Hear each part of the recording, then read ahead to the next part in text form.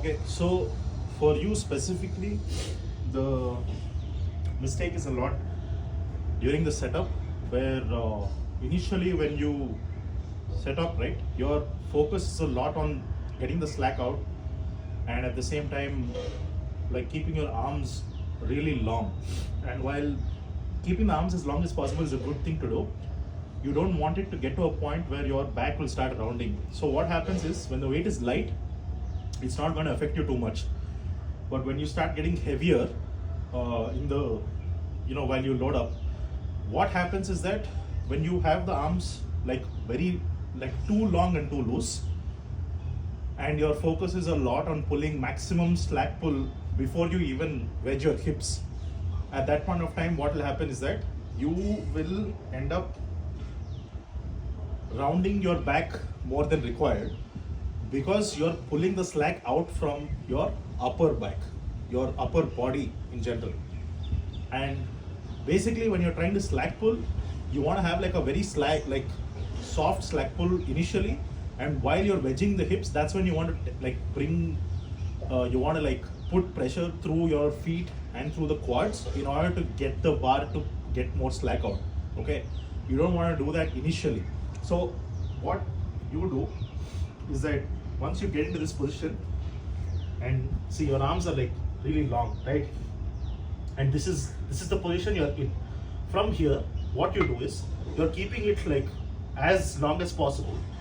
but what you do is you do this initial like a lot of slack pull initially. So when you do so much slack pull initially, you can see how the upper back is already rounded, and from here you're like this, and from here you just come into this position without really fixing your upper back positioning, and you just okay. So even if I show you at a light weight,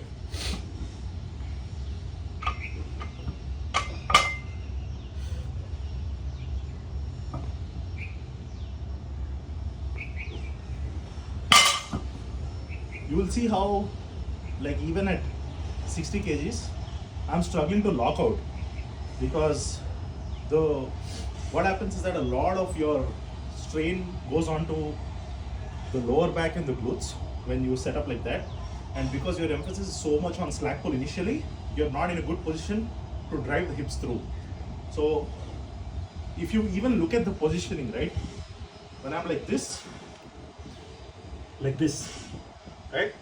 and then I do the slack pull, this position right here, you can see how this whole space here is very cramped. So what essentially happens is that you're so cramped for space that you have to, as you pull from that position, you're going to have to extend, and you're moving through a lot of extra range of motion which is not really necessary. So what I want you to do is when you set up, hinge, reach, and once you hold, just you hear that click, that's all you want. You don't want to like pendulum row. What you're trying to do is like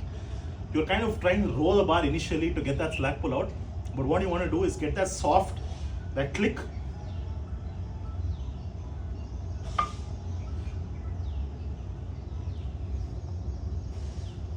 You see how much more better the positioning is.